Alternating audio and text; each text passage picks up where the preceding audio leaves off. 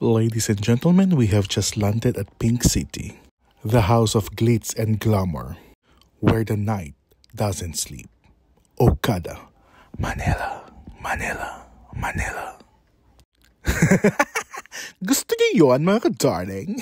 May sariling pa-echo si Mayor.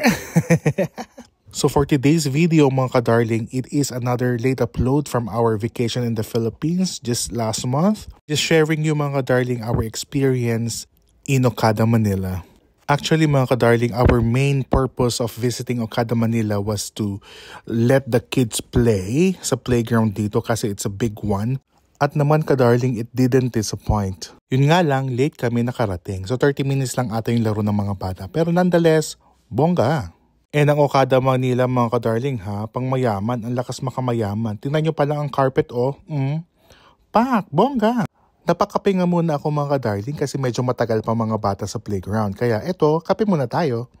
Tapos, mga ka-darling, sa paglalibot-libot ko sa Okada, Manila, ang daming mga paintings. Ang gaganda, promise. So tapos na nga naglaro ang mga bata, mga ka-darling, kaya lumabas muna kami. Charat! Hindi, mga ka-darling, sa loob lang yan, mga ka-darling. So ang lakas makapanglabas yung feel. Diba? Bongga. Pagkatapos magkasino ni ka-darling, ubos na ang pera, limas na. So, bye-bye na Okada. Until next time!